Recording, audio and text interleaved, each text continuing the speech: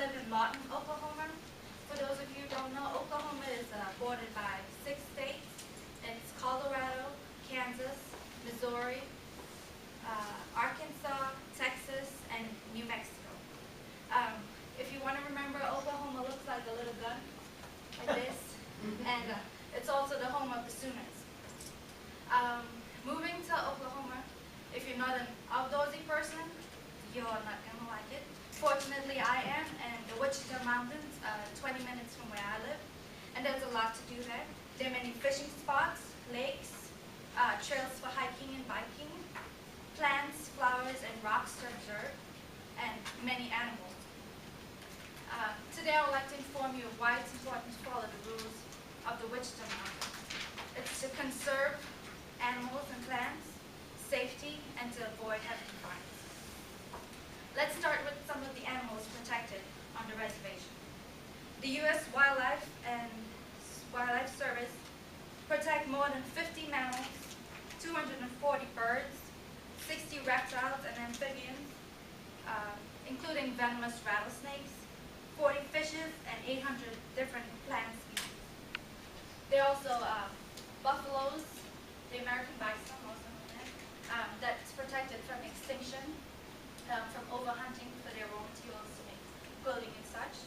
And the longhorn cattle, they are also in rapid decrease because people eat them. I haven't yet to taste them. I heard they're delicious. It's important to keep wild things wild. Keep pets on the leash. They're welcome to the reservation. You just have to keep them on the leash at all times. And do not collect or remove anything on the reservation.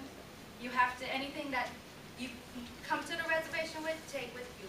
You don't take anything else. If everyone did, there'll be nothing left. There's over 1,000 people that visit each year. It's also important to remember why we follow the rules. Safety. The animal is dangerous. A buffalo can be as tall as 6 feet or taller, and they're very dangerous. They can run up to 40 miles an hour. So it's important to keep your distance from these animals. They can hurt you. And if you need to take a closer look, you can use binoculars or close lens camera.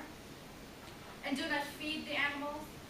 There are people who live close to these animals, and they wouldn't want uninvited guests coming over for some of whatever you brought to the reservation. So don't feed the animals. Guidelines are also set to maintain safety. The speed limits are posted for you to follow them. It's not a suggestion, Mom. So follow them.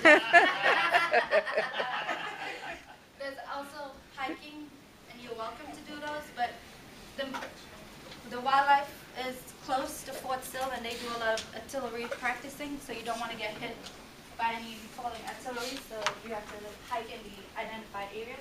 Also hunting, you have to go to the wildlife refuge and get the right, you had a question? No, I'll smile for the camera. You go to the wildlife refuge to get clearance for hunting area because they don't want two groups of people getting shot or crossfire or anything like that. There's a saying that rules are meant to be broken, but what they don't tell you is don't get caught. The fines are heavy if you break the law, the rules of the Wichita Mountain, and you get caught, first of all. My husband and I took our dogs, 2 border collies, out to the refuge to enjoy the relaxation and the sun that they had one day, and we just let the dogs out so they can swim in the lake, and he picked flowers for me. There was a beautiful bunch of white flowers, and he was fishing, and then we put the flowers next to our car and took a walk, let the dogs run after the ducks. My little dog, Katie, came back with a dead rattlesnake, and then we decided, hey, we should leave this place because we don't know how close we can get an antivenom or anything like that. And on our way back, there was a game warden walking towards us. And we were the only one there, so we figured, maybe we're not supposed to be here during the week.